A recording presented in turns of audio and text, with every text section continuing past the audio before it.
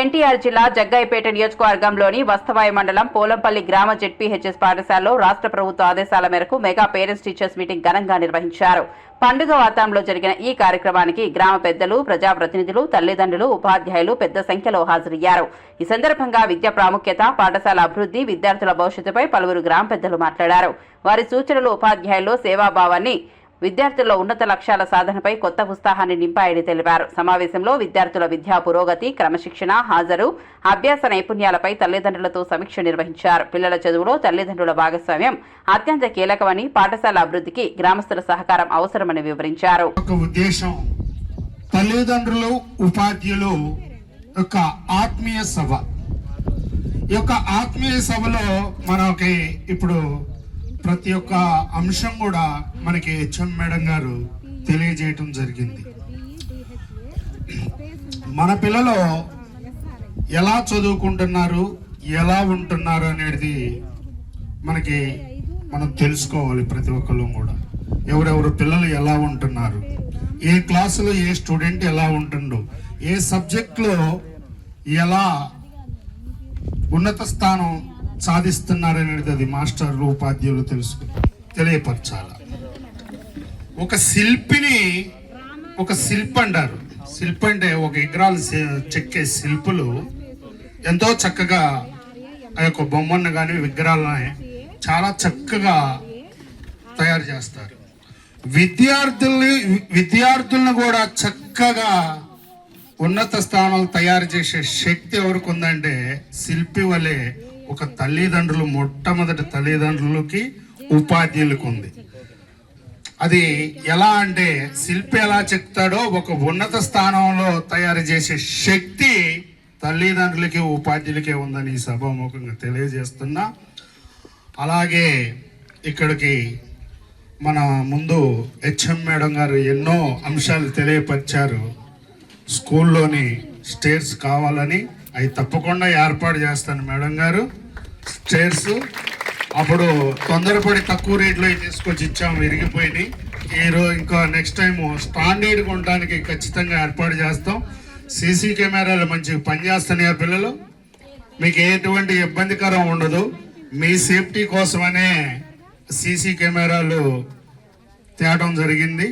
ఎటువంటి దొంగతనాలు కానీ ఏమన్నా ఇబ్బందులు కానీ జరగకుండా ఆ సీసీ కెమెరాలు ఉండటం వల్ల ప్రతి ఒక్కరికి మనకి సేఫ్టీగా ఉంటుంది.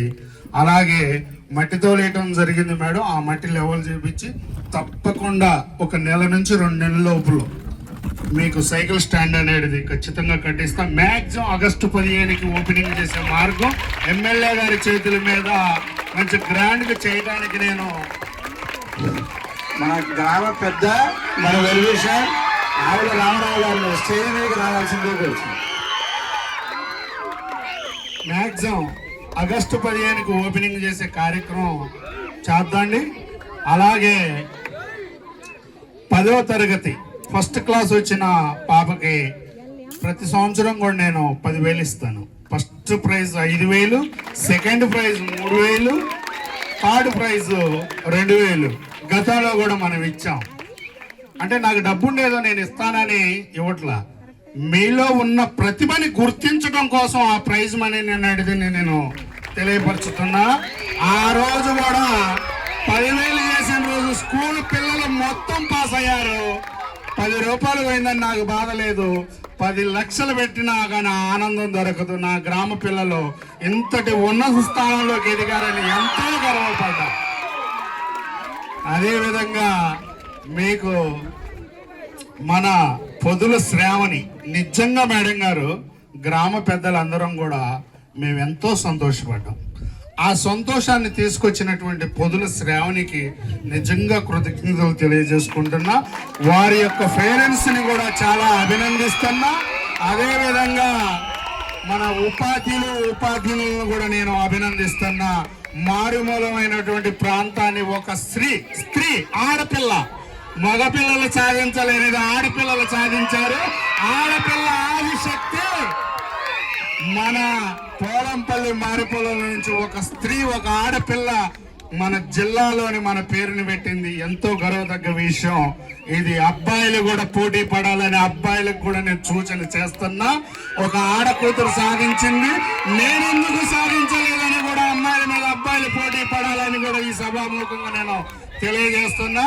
అదే విధంగా మేడం గారు వాళ్ళ యొక్క పేరెంట్స్ కి కంపల్సరీగా తెలియజేయండి. ఆగస్టు 15కి మన పొదులు శ్రావణి గారు వాళ్ళ పేరెంట్స్ ని పిలిపియండి, అమ్మాయిని కూడా ఎక్కడన్నా చదువుతున్నా పిలిపియండి. ఈ యొక్క గ్రామ పెద్దలందరూ ఆగస్టు 15 రోజున అమ్మాయిని మనందరం సన్మానించుకొని తగిన బహుమతులు ఏర్పాటు చేసి కార్యక్రమం చేద్దండి.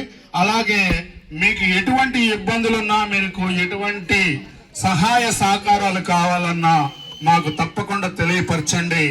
ఈ యొక్క స్కూల్ మంది, మనం బ్రతికినంత కాలం ఇక్కడ స్కూల్ మనకు ఉంటుంది. మన స్కూల్ని మనమే శుభ్రం చేసుకోవాలా, మన స్కూల్ని మనమే డెవలప్మెంట్ చేసుకోవాలా.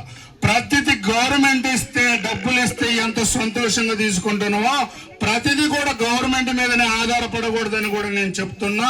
ప్రతి ఒక్కరు నీకు తోచినంత నువ్వు, నాకు తోచినంత నేను, గ్రామ పెద్దలకు తోచినంత గ్రామ పెద్దలు, ప్రతి ఒక్కరు సహాయాలు చేసుకోవాలి. అది ఎవరి కోసం?